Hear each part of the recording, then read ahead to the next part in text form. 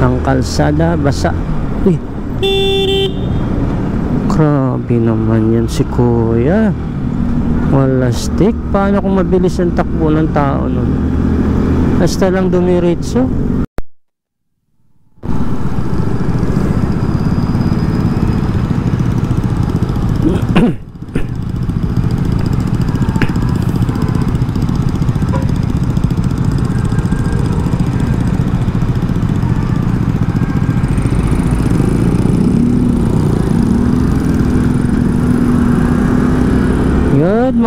Good morning guys. Good morning dyan sa ating mga subscribers.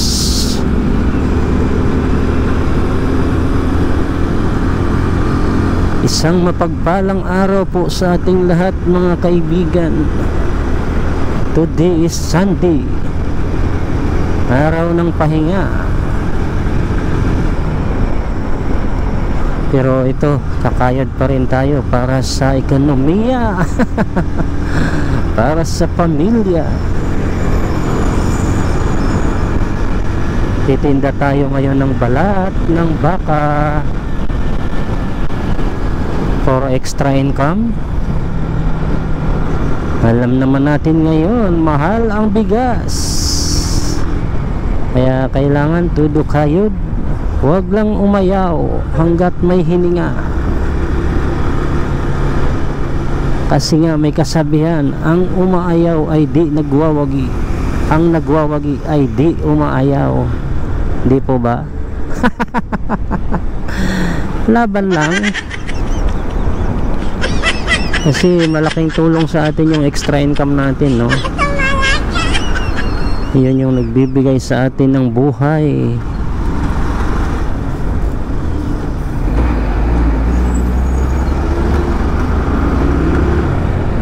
Napakalaking halaga po yun.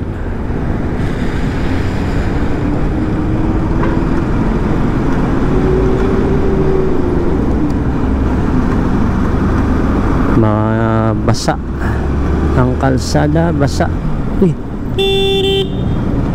grabe naman yan si kuya, wala stick. Paano kung mabilis ang takbo ng tao nun?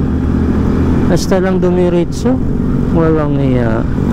Porket naka 4 wheels ka, ganyan ka, mayroon talagang mga taong makitid ang pag-iisip. Di man lang nag-iisip sa mga paparating, ano, na kung sila ay makapinsala.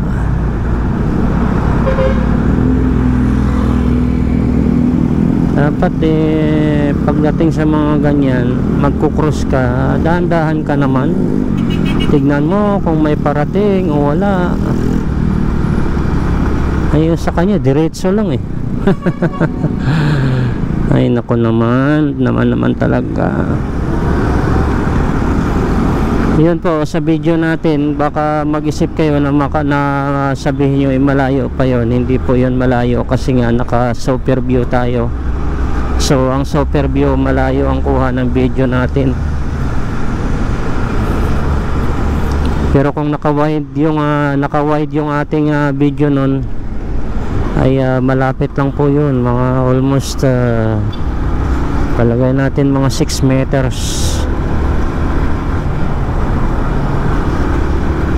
mula sa atin yung pag-cross nya.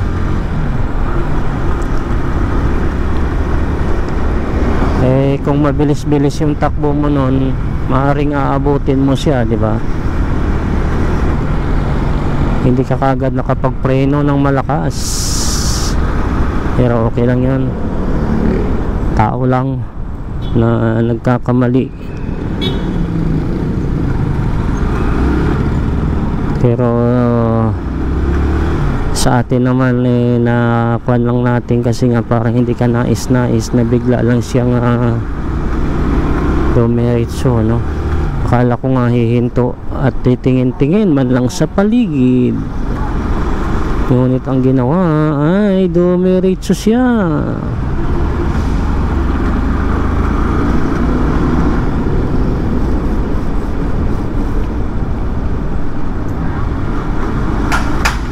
Ayan o, may bago na namang ginagawa dito na poste ng MRT.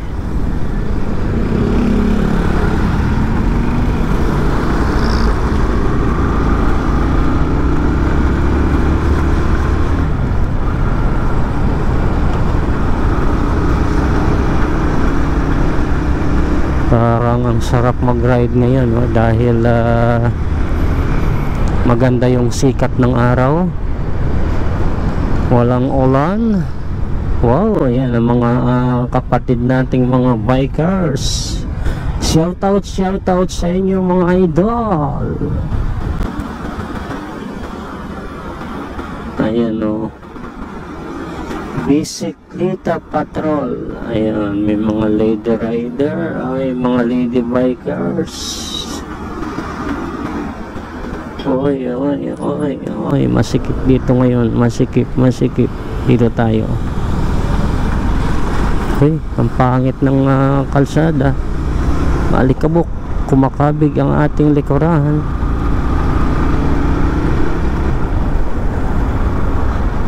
Umi-slide.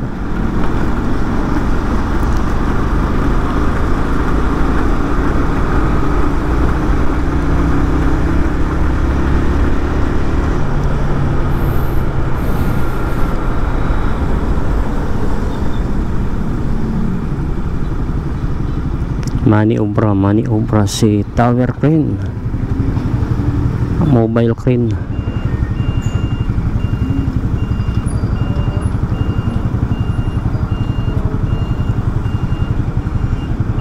Huwag sumugod kuya,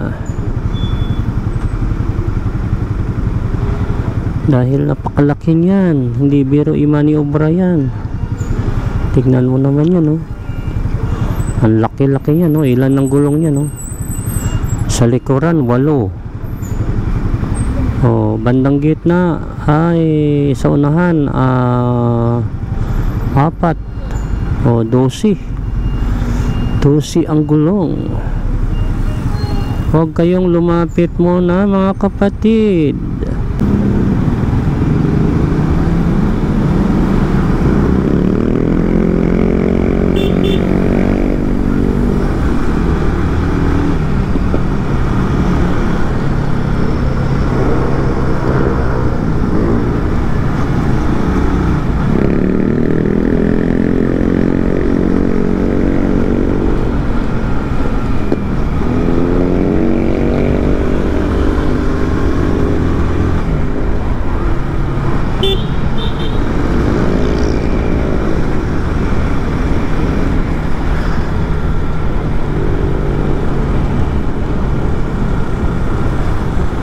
Daming mga bikers ngayon kasi linggo, maraming nagra-rides.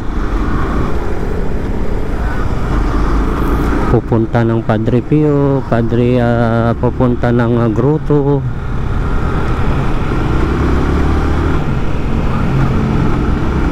Mayroong pupunta ng Big T. Mayroong pupunta ng Bitbit. Yan yung mga hilig puntahan ng mga yan. Iba pa yung Big T guys sa Bitbit. Yung Bitbit kasi na tinatawag, yun yung may tulay na mahaba. Yun ata. So yung Big T naman dito lang yun sa may bungad. Hindi yun Big T na tao, magbibig T Joke lang guys, joke.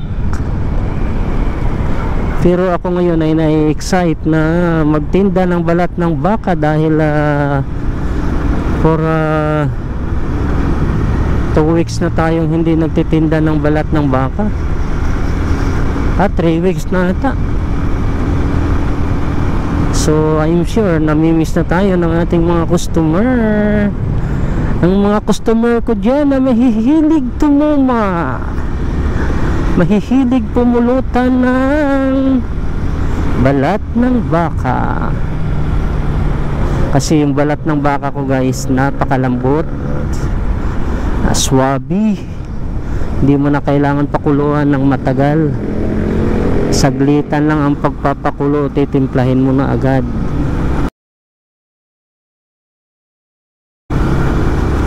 Unlike doon sa ibang mga balat na matigas siya, pag pinakuluan mo 1 hour na mahigit pero walang pagbabago, ang balat mo matigas pa rin. Ito hindi, ito yung sa akin hindi, laging malambot, malambot to malambot. Soap number 5.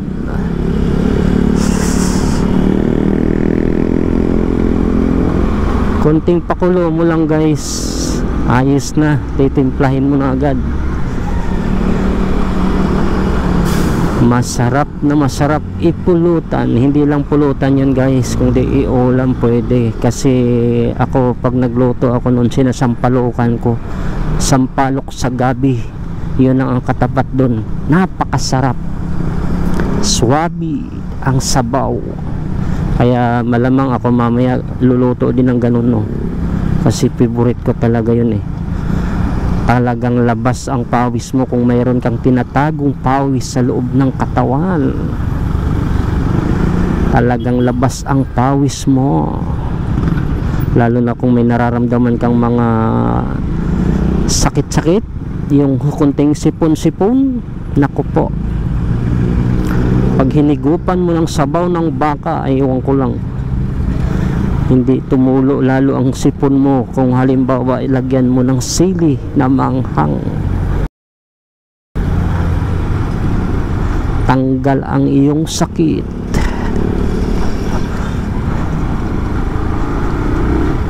Kasi kapag nagluluto ako niya, nagluluto ako guys, lalagyan ko yan ng mga ilang pirasong sili. Maliban dun sa siling green, may siling red. Naku po, ang sarap lalo. Basta sampalok lang, sampalok mix, sampalok mix sa gabi ang katapat. Sibuyas, bawang, paminta, yun yung mga sangkap nun. Sibuyas, paminta, bawang, tanlad. Kung gusto mong may bango-bango, medyo mabango-bango, yun, lagyan mo ng tanlad. Lalong masarap, lalong sasarap. Ganyan ako magluto. Kaya ang sabaw nun malagkit-lagkit, malagkit-lagkit ang sabaw ng baka. Ang sarap higupin, mapapawaw ka na lang talaga. Kaya sa mga suki ko dyan, I'm coming.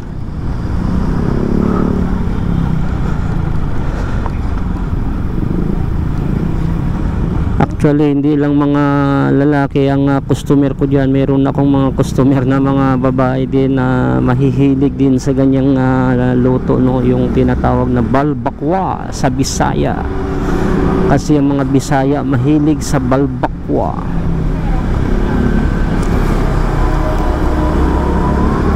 Yan ang hilig nila.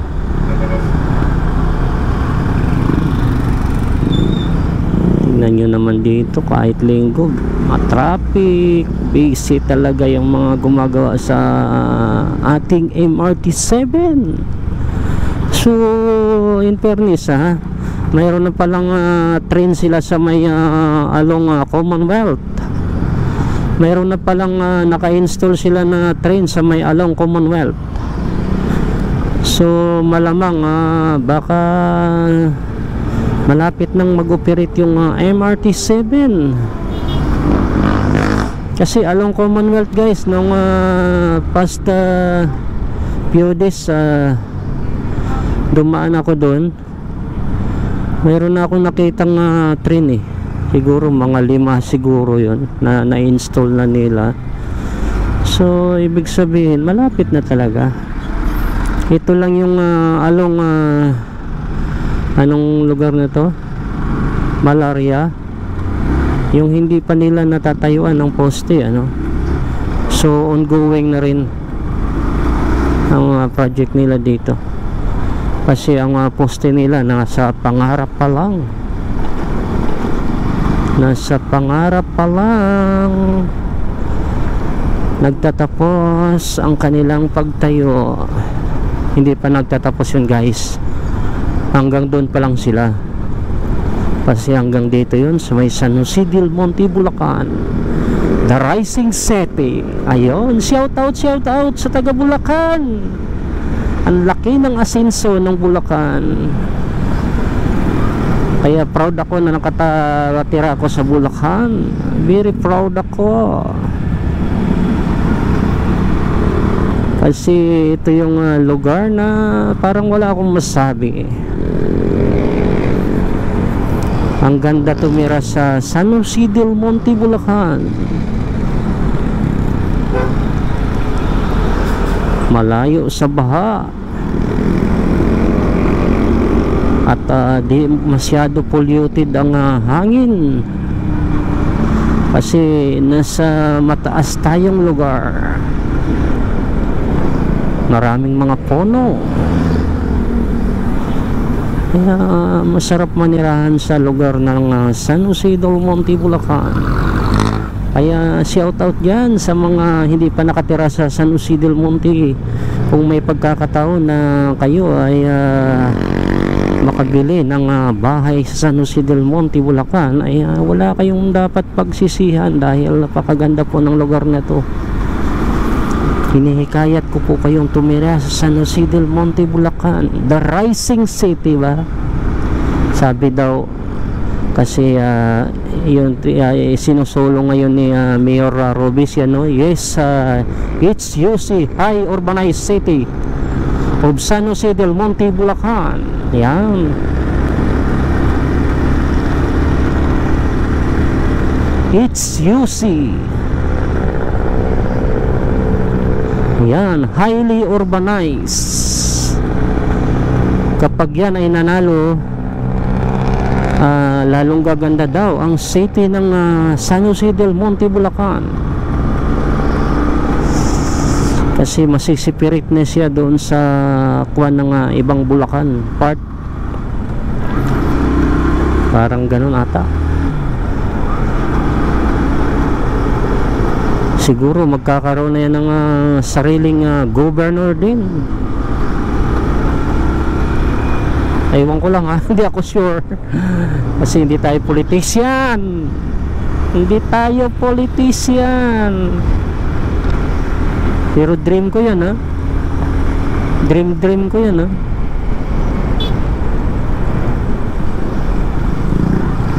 Kasi gusto rin nating manungkulan sa ating bayan. Talagang dream ko yan.